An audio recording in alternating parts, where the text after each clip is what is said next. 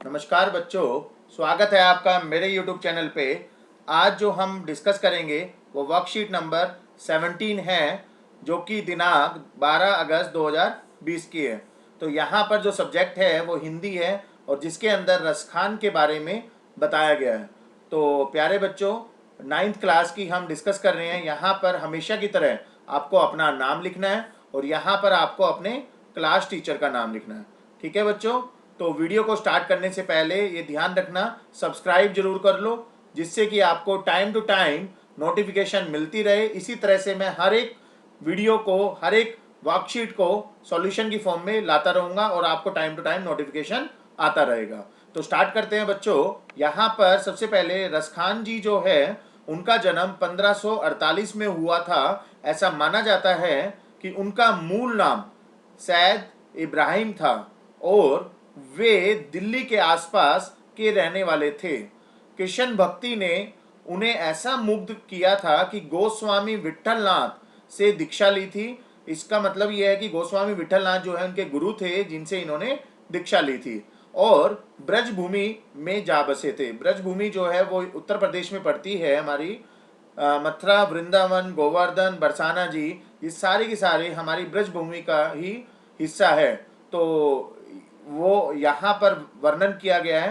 सन 1628 के लगभग उनकी मृत्यु हुई थी, क्योंकि 1548 में उनका जन्म हुआ था और 1628 में उनकी मृत्यु हुई थी। बीच में उन्होंने गोस्वामी विट्ठलनाथ जी से दीक्षा ली थी। ठीक है बच्चों?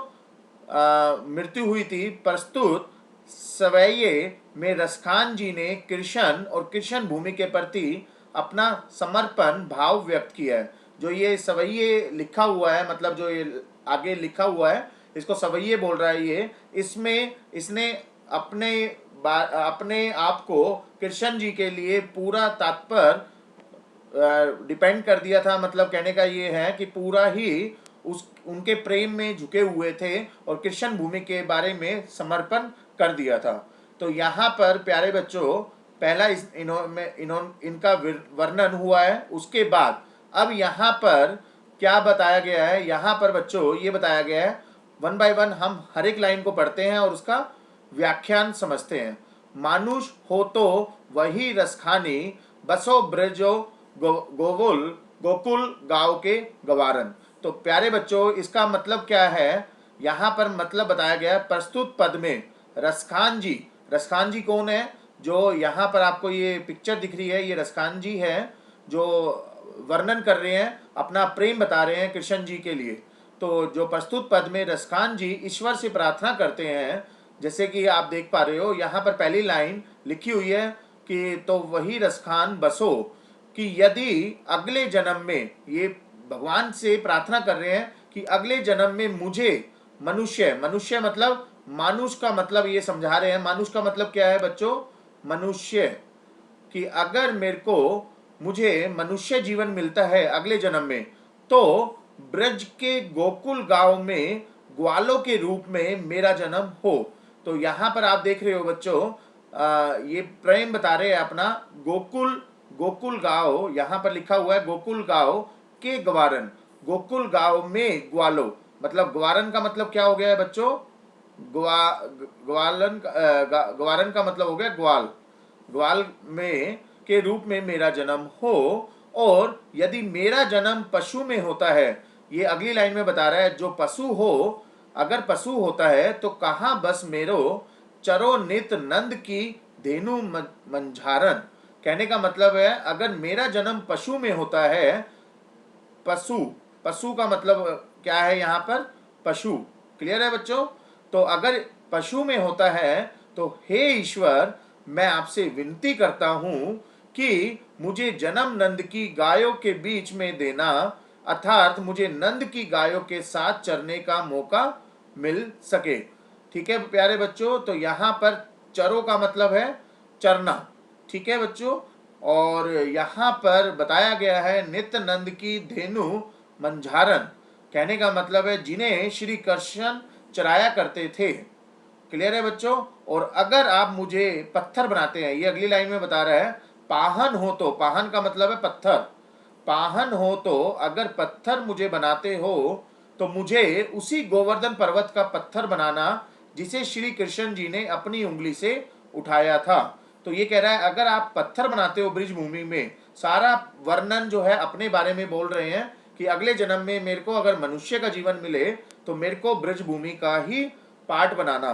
तो अगर मेरे को पाहन बनाए तो वही गिरी को जो कियो हरि छत्र पुरंदर धारण, कि मतलब ये है कि जिससे श्री कृष्ण जी ने अपनी उंगली से उठाया था उसी गोवर्धन का पर्वत मेरे को बनाना, और इंद्रदेव की बारिश से गोकुल वासियों को बचाकर उनका घमंड तोड़ा था।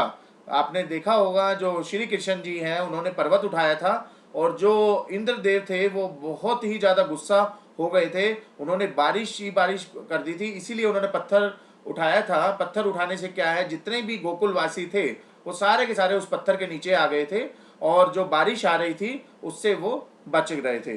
तो उससे क्या है, इंद्रधनुष जी इंद्रदेव जी जो है उनका घमंड तोड़ा गया था। अंत में जो लास्ट में लिखा है, जो खग हो तो अगर मैं खग बनता हूं, मतलब अगर मेरा जन्म पक्षी के रूप में हो, खग का मतलब है पक्षी। ठीक है प्यारे बच्चों, ये मैं इसलिए बता रहा हूं क्योंकि हर एक का मीनिंग पूछा हुआ है आगे क्वेश्चन में, इसलिए मैं आपको एक एक वर्णन क्लियर कर रहा हूं कि यहाँ पर क्या मतलब है। खग का मतलब है पक्षी।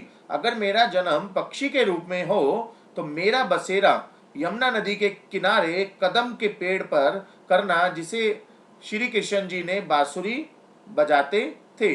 तो यहाँ पर लिखा हुआ है मिली कालिंद, कालिंदी, कालिंदी मतलब यमुना नदी, कालिंदी मतलब यमुना नदी। यहाँ पर बोला गया है कि बसेरा मेरा यमुना नदी के किनारे कुल कदम की डारन, कदम की डारन का मतलब है कदम के पेड़ पर करना जिसे श्री कृष्ण जी बांसुरी बजाते थे। यहाँ लिखा हुआ है बसेरो, बसेरो मतलब बांसुरी। क्लियर है बच्चों? तो यहाँ पर सब कुछ मैंने क्लियर कर दिया है जो पैराग्राफ में लिखा हुआ है। अब हम क्वेश्चन को देख लेते हैं। क्वेश्चन है पहला प्रश्न, ब्रज भूमि के प्रति कवि का प्रेम किन किन रूपों में अभियुक्त हुआ है? तो इसका आंसर हमें यहाँ पर लिखना है, तो मैंने अलग से लिखा हुआ है, तो उसी को हम वन बाय वन देख लेते हैं। क्वेश्चन हमारा है ब्रज भूमि के प्रति कवि का प्रेम किन किन रूपों में अभियुक्त हुआ है? तो ये लिखना है, हमें वर्णन लिखना है। तो कवि जो थे वो रसखान जी थे। रसखान जी ब्रजभूमि से बहुत प्रेम करते थे, बिल्कुल करते थे। आपने देखा है ऊपर, ब्रजभूमि से प्रेम के कारण ही वे दिल्ली के आसपास का क्षेत्र छोड़कर ब्रजभूमि में जा बसे थे, क्योंकि वो दिल्ली के वासी थे मगर वहां से छोड़ के उन्होंने ब्रजभूमि में अपना जो भी था वहां पर जन्म व्यतीत किया। जो गुरु थे उनसे उन्होंने दीक्षा ली। ब्रजभूमि से प्रेम के कारण ही वे भगवान से अपने आप को अगले जन्म में मनुष्य, आपने देखा ऊपर पैराग्राफ में, मनुष्य बनने के लिए तैयार है, पक्षी बनने के लिए तैयार है, पत्थर बनने के लिए तैयार है, या पशु बनने के लिए तैयार है, बनने के लिए उन्होंने कह रहे हैं ताकि वे भगवान के पास ब्रजभूमि में रह सके। क्योंकि ब्रजभूमि माना जाता है कि वो भगवान श्री कृष्ण जी जो है उनका वास है। तो इसीलिए वो वर्णन कर रहे हैं कि ब्रजभूमि में ही मेरा जन्म हो अगले जन्म में।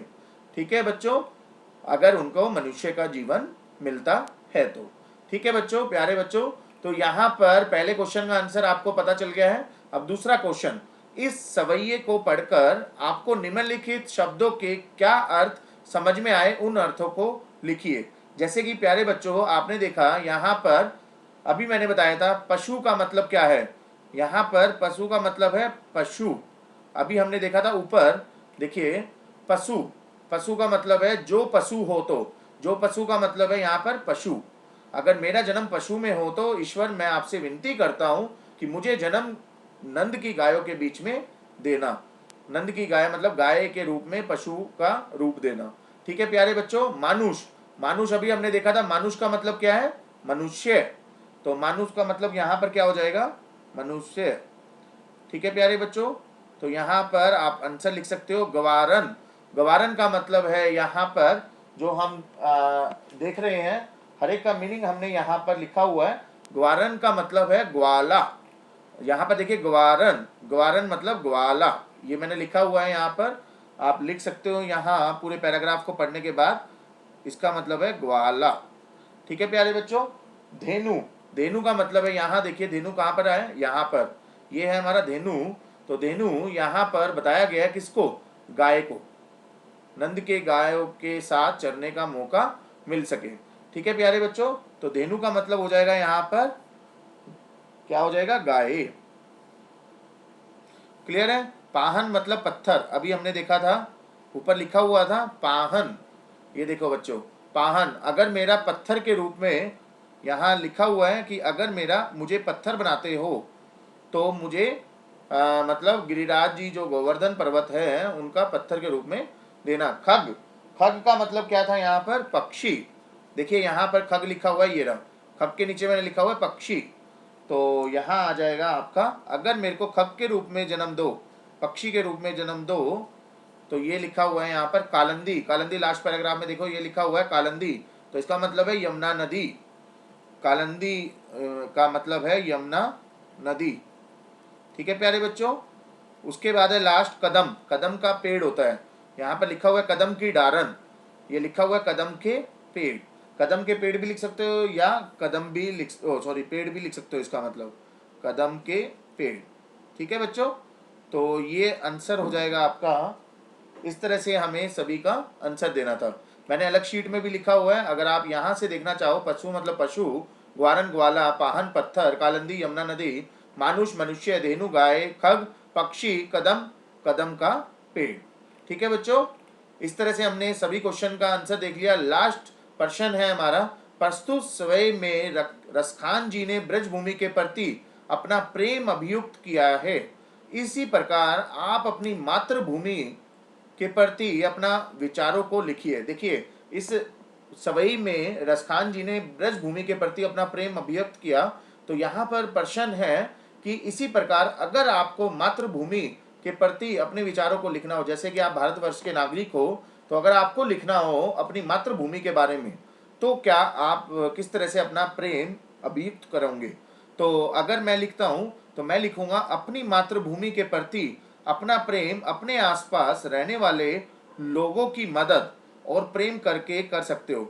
जैसे कि आसपास आपके जितने भी बंदे रहते हैं जो थोड़ा मतलब कम कमाते हैं, अगर आपके पास है पैसा देने को तो आप उनकी हेल्प कर सकते हो, या कपड़े कोई सर्दी में जो है कंबल की ज़रूरत है तो इस तरह से आप हेल्प कर सकते हो। तो इस तरह से आप अपनी मातृभूमि के प्रति अपना प्रेम दिखा सकते हो। दूसरा है, हम जो भी काम करें जिस भी तरह से करें उसे पूरी निष्ठा और ईमानदारी से करके भी हम अपनी मातृभूमि के लिए प्रेम दिखा सकते हैं। ठीक है बच्चों, तो कोई भी काम, किसी भी तरीके का कोई भी काम हो, उसको पूरी ईमानदारी और निष्ठा के साथ करोगे तो इससे भी आप अपनी मातृभूमि के लिए अपना प्रेम दिखा सकते हो। इसमें और भी चीज़ें लिख सकते हो, जैसे कि आपको पता है कि हाँ अलग अलग जाति और इस तरह के हर तरह के धर्म के बंदे और नस्ल के बंदे रहते हैं हमारे यहाँ पर, तो हम आपस में रह के प्रेम दिखा सकते हैं और एक दूसरे की हेल्प करते हुए हम अपने भारतवर्ष की सफलता को आगे बढ़ा सकते हैं। और हम लास्ट में यही कहेंगे कि अगर हमें अगली बार जन्म मिले, जीवन मिले, तो हमें इसी भारतवर्ष का नागरिक बनाने की का पूरा रूप हमें धारण करना। तो इस तरह से हम एक्सप्लेन कर सकते हैं। यहाँ पर पूरा का पूरा मैंने आपको यहाँ एक्सप्लेन करके दिखाया है और हर चीज़ों को क्लियरली आपको एक एक पॉइंट मैंने क्लियर किया है। तो वीडियो को लाइक और सब्सक्राइब जरूर करें अगर आप न्यू स्टूडेंट हो, जिससे कि आपको नोटिफिकेशन कोई भी मिस ना हो, वर्कशीट का सॉल्यूशन आपको टाइम टू टाइम मिलता रहे। तो थैंक यू, थैंक्स टू